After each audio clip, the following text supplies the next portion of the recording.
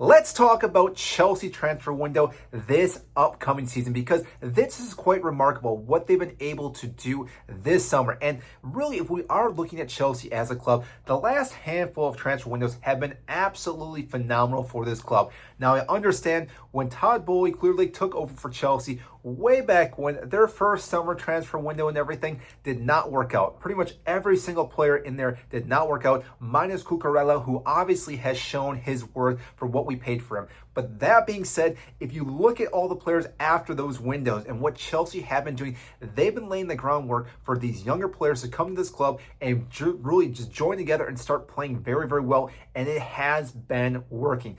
If you look at this club, we were the youngest team last year. We will be the youngest team this year unless some crazy transfers happen yet. But that being said, these players now are constantly playing well together and they will continue to develop. I saw a video recently about in 2030, most of our players will still be 30 or younger, which is quite mind-boggling because when you think about a lot of players reaching their peaks, it's in the late 20s and a lot of these players haven't even met their full potential yet. And we've seen the likes of Caicedo, Cucurella, Cole Palmer, Pedro Neto, João Pedro, all these players that again have so much more capability and being such a great side that this team could be very, very difficult for teams not to face only this upcoming season, but next season as well. And on top of that, which if we look even at the finances of how they've been doing this, it's again quite remarkable. They buy players and then sell them for a profit. We've seen this with multiple players. We saw it with Kai Havertz. We've seen this with Noni. We've seen this with, again, Petrovic. Even just recently, we've sold some other players that really we didn't think we were going to get a profit. João Felix being one of those players, and yet we still made a profit off it. It's, again, remarkable how good this board is at selling players because if you look at a club, say, like Arsenal, and it's not to bash them because they still make sales as well, their best signing, I still believe, is Oxlade-Chamberlain, which was like 30-some million.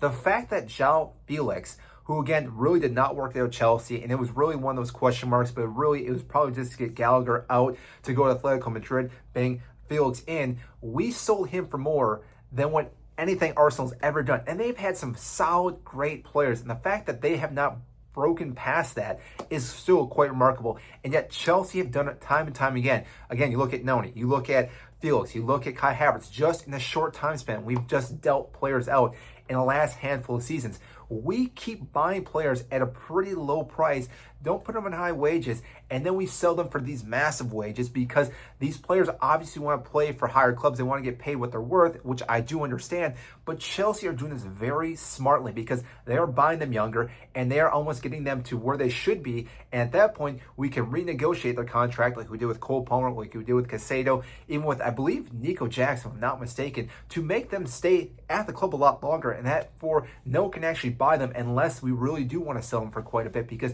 right now Nico Jackson could be on his way out, but we're valuing him at 80 to 100 million, which is mind-boggling because I don't think the player is worth that much, but his contract is about 8 more years or some odd number that he has left that he will still be at this club despite all these offers that come in because Chelsea still want to utilize him. He still has a capability and he's still a great player, but with the long contract, we can now ask for this big amount of money, and if we do that, we almost triple what we actually paid for him, which again is mind-boggling that a club can do this. And I know people in the media will talk about how Chelsea are ruining the sport and everything. They are just 2-3 steps ahead of everyone because we've now seen a lot of clubs signing players for longer contracts. We see this issue with Liverpool. They've been tapped up by Real Madrid. Multiple players now they've lost on free transfers. We even lost Rudiger to Real Madrid on free transfer. It happens all the time. By signing these players for long contracts, they are doing a huge bonus for not only their club himself, but for these players because these players do not know what could happen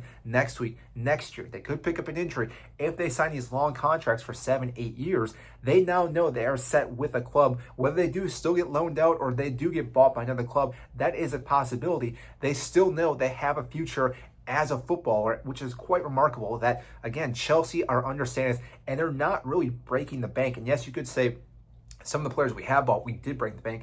Enzo Fernandez obviously being one of those players, but he is worth his value. We've seen this. We saw it at the World Cup as well, and he has shown his time and time again at this club, and he's a great player. And like I think the scouting that we have at Chelsea is quite remarkable if you really do think about it, because most of the players we have brought in, and granted, there's always going to be some players that just don't pan out, they don't fit the system, they're behind someone else, they don't really get a chance to shine, and therefore, again, you move them on. Vega being one of those because he couldn't get over Cucurella, and he didn't really want to play as a left back, so therefore, again, we are trying to sell him. I don't know if by this video if he has been sold yet, so if he has been, I do apologize about that. But that being said, we constantly are trying to bring players in to keep pushing the players that are already starting for us. By doing this, it makes it a very hard competition, but makes these players better and better and better. It's like the early 2000s we had all the players that we had: Frank Lampard, Michael Ball, John Terry, just to name a few players. All these guys were constantly being pushed by players behind them, and they just didn't let those players ever rise up to the occasion because they were that good. That's the same thing that can happen with a lot of these players. I don't think anyone on our team can really take out Cole Palmer or Caicedo as of right now. Despite that, we do have Santos. We're probably going to bring in a few other players that can play the same position as Cole Palmer, but they're just that good. You can't take them out. But like I said, it makes them rise to the occasion and playing that much better, which obviously we want to see as Chelsea fans. We want to see this team play so much better that they compete for the Premier League title, which I do still believe that Chelsea can go on and win the title this season. If not at least one cup, they should be lifting some silverware at the end of this season. But like I said, it does come down to their way they're bringing players in, the transfers and everything. That is a huge implication how good this club actually is. So if you enjoyed this video, I greatly appreciate it. You do hit the like button, subscribe down below, and I will see you in the next video.